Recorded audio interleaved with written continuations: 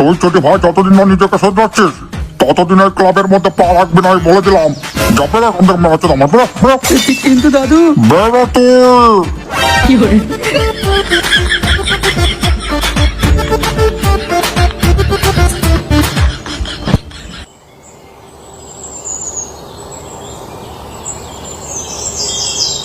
এই শোন, তখন যেটা বলছিলাম আর কি, এই বছরের হোলিতে আমরা ক্লাব সদস্যরা মিলে সাধারণ মানুষদের কিছু সাহায্য করব। সে কিরকম সাহায্য দাদু? ওই যেমন ধরে নে, তুই ডাক্তারের বিষয়ে অনেকটা জেনে গেছিস, তাই তুই ওই দিনটার জন্য শুধু ফ্রিতে চিকিৎসা করবি, কেমন?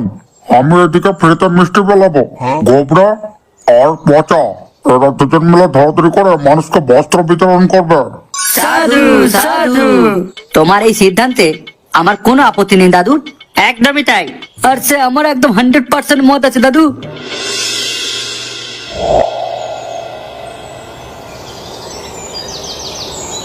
আমাকে লাথি মেরে বের করে দেওয়া তো? দাঁড়া রে দাঁড়া, ঢ্যামনা পুরো কোথাকার, আমিও তোকে খুব শীঘ্রই দেখাবো মজা, দাঁড়া। হ্যাঁ, ওই টেকলাপুরের নামটা ডোবাতে পেরেছি তো। আমার নাম নয় তো চন্দন। চোদ না। কে রে? ও তুই? কি কি কি হয়েছে কি? দাদুর উপরে এত রেগে রয়েছে কেন? রেগে থাকবো না যে কি মাখন লাগিয়ে চাটবো? ওই শালা ঢ্যামনা চুতাপুরের এত সাহস যে আমাকে লাথি মেরে ক্লাব থেকে বের করে দেয়। আচ্ছা, এই ব্যাপার। তুমি কি ঠিক করলে? আমি ঠিক করেছি, আমাকে যে কারণের জন্য ক্লাব থেকে বের করে দিয়েছে সেই প্ল্যানিং এর পুরো পুটকি মেরে দেবো। কি করবে? ওই তো দাদু ঠিক করেছে, সারাদিন হোলি খেলা হয়ে যাবার পরে বিকেল বেলায় গরিবদের বস্ত্র বিতরণ করবে, আর আমি সেই সমস্ত জামা কাপড় গুলো পুরো পুড়িয়ে ছাক করে দেবো। আরে এরম করলে তো গোটা ক্লাবের নাম খারাপ হবে।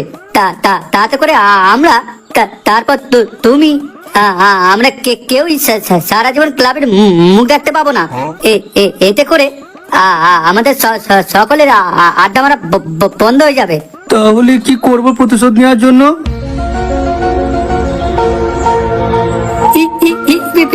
পেয়েছি। আমি যে প্ল্যানিংটা বলছি সেটা ভালো করে কান পেতে শোনো। নে এবার বল।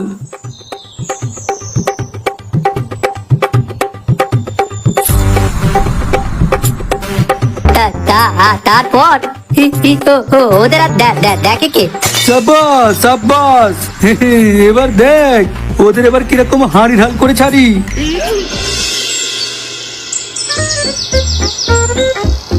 রং নেবে গো রং, তাজা তাজা রং, দারুণ সুগন্ধে ভরা রং, তার সঙ্গে আছে আবির ফ্রি। আসুন না দাদা ভাইরা, রং নিয়ে যান, রং রং বেরঙের সুগন্ধিতে ভরা রং।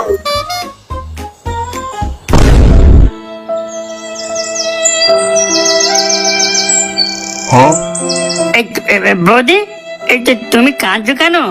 আর কি করব, সেই সকাল থেকে রং নেওয়ার জন্য কত মানুষকে না হেঁকেই যাচ্ছে, কিন্তু কেউ আর আসে না রং নেওয়ার জন্য। ঠিক আছে, দুঃখ করো না বৌদি, কেউ নেয়নি তো কি হয়েছে, আমি তো তোমার থেকে আবির নেব। এটি তুমি সত্যি বলছো?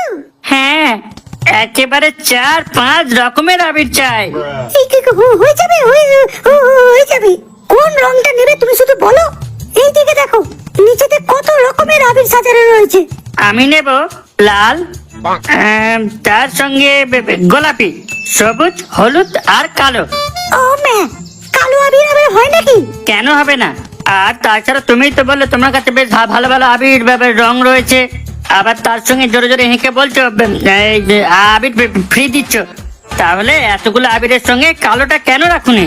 কালো আবিরের সঙ্গে ফ্রি এর কি সমস্যা শুনি? আছে, একটা সমস্যা আছে। এমনিতে তো তোমার কাছে সমস্ত কিছু আবির পাওয়া যাচ্ছে, তার সঙ্গে তুমি উল্টে আবার ফ্রি দিচ্ছ। হ্যাঁ, তো সেই জন্য তুমি যখন আমাকে কালো আবিরটা দিতেই পারবে না, ওই ফ্রিতে আবির নেওয়ার বদলে অন্য কিছু পেলে আরেকটা ভালো হতো।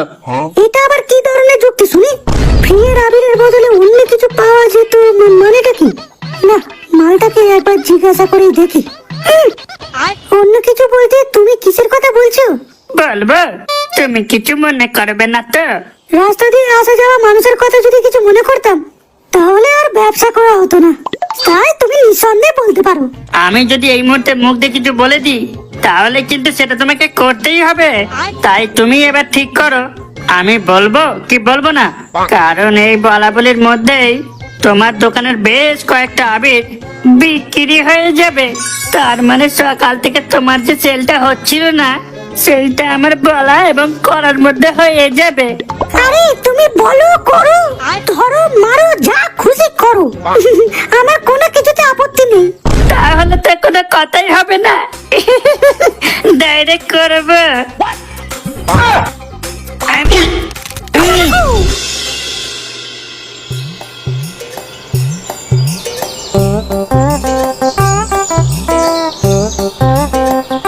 এই যে স্যার কাকা, হ্যাঁ বলুন। বলছি স্যার আমরা কারাগোড়া ক্লাব থেকে আসছি। স্যার হোলির দিন বিকালে গ্রামের স্যার কিছু গরিব মানুষদের আমরা ক্লাব থেকে ঠিক করেছি একটা বস্ত্র বিতরণ করব। বাহ, এ তো খুব ভালো কথা। হ্যাঁ, সেই কারণেই আমরা চাই আপনার দোকান থেকে সেই সমস্ত বস্ত্র বা জামা কাপড় মাল যাক। বাহ বাহ, এ তো আরো ভালো কথা। আপনাদের এই সিদ্ধান্তে একদম আমি রাজি। কিন্তু স্যার মেন কথা হচ্ছে, আরে এখনো কিন্তু কিসের? আমি আপনাকে কথা দিচ্ছি, আমি নিচে দাঁড়িয়ে থেকে আমার দোকানের সমস্ত বস্ত্র পৌঁছে দিয়ে আসবো আপনাদের ক্লাবের সামনে। ঠিক আছে, আপনি যখন এত করে বলছেন তাহলে আমরা সম্পূর্ণ আপনাকে বিশ্বাস করছি। কিন্তু সে গোবরা বাকি কথাগুলো তো সে ওনাকে বলতে দে। সে আমার কথা তো কিছু সম্পন্নই হলো না। আরে উনি সব বুঝে গেছেন। উনি হচ্ছেন আমাদের এই বালপুরের মার্কেটের সব থেকে পুরানো দোকানদার। আমরা হাঁ করলেই উনি বুঝে যান আমরা ল্যাওড়া নয় হাওড়া বলতে চাইছি। কি ঠিক বললাম তো? একদমই তাই। তোমরা এবার যাও যাও যাও, আমি সঠিক সময় তোমাদের ক্লাবের সামনে বস্ত্রগুলো পৌঁছে দিয়ে আসবো, কেমন?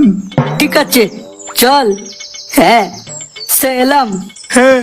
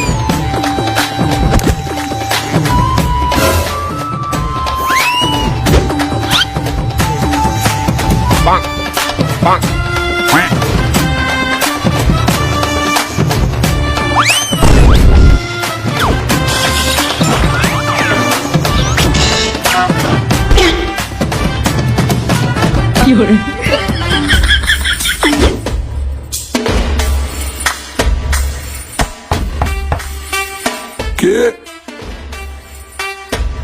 সে তুমি দাঁড়াও বাবা, আমি দেখে আসছি।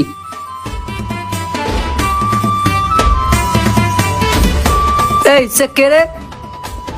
সে ঢ্যামনা পোনা। আরে আরে বাস, এ তো সে একেবারে 500 টাকার নোট। নিশ্চয়ই বাবার পকেট থেকে পড়ে গেছে। জয় সে ভগাদার জয়।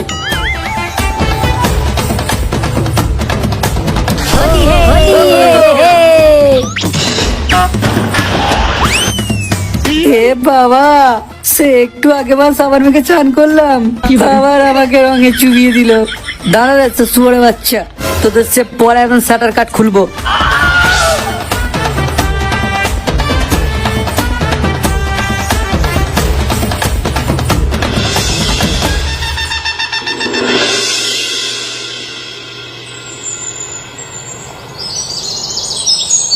কি গো, তুমি এখানে একলা একলা বসে আছো যে? হোলি খেলতে যাবে না? আর হোলি হোলি খেলার বয়স কি আর আমার আছে? এই দেখো চন্দন, আজকে তোমাকে একটা ভালো কথা বলি, শোনো। তুমি না শুধু শুধু নিজেকে বড় মনে করো না, ঠিক আছে? এই হোলি খেলাটা তোর বাবারাও খেলেছে, তাই এই রং খেলাটা কোনো বয়সের কারণে আটকে থাকে না।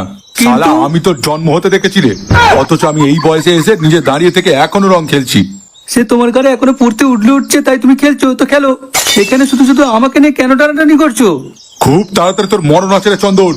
তুই শালা দেখে নিস, তোর গালে জল দেওয়া তো দূরের কথা, মুতে দেওয়ার জন্য কেউ থাকবে না। লোকের সামনে দাঁড়িয়ে নিজের যা ভাব দেখাস না, তোর সেই বালের ভাবের তো কোনো মূল্য নেই। তার সঙ্গে সঙ্গে পাড়ার নেড়ি কুত্তারা তুই বালের যোগ্য নোস।